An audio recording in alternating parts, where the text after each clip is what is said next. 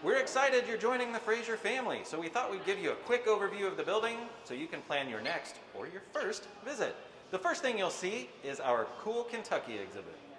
From Duncan Hines to disco balls, it's a look at Kentucky's most unique aspects. Don't miss the boat Tory Murden McClure rowed across the Atlantic Ocean.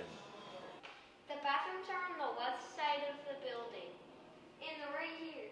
On the second floor, be sure to visit the Founders Gallery, featuring some of Mr. Fraser's favorite objects, including things from the Lincoln family, the James Gang, Custer, and more.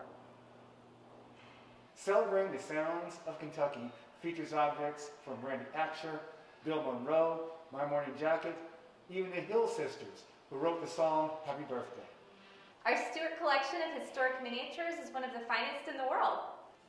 What is a Vote Worth documents and celebrates the fight for women's rights with a focus on the incredible women from our state.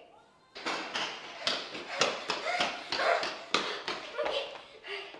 So there are also bathrooms on the west side of the building on floor 2. On the third floor, you'll find the Spirit of Kentucky. The Lewis and Clark Experience, and more.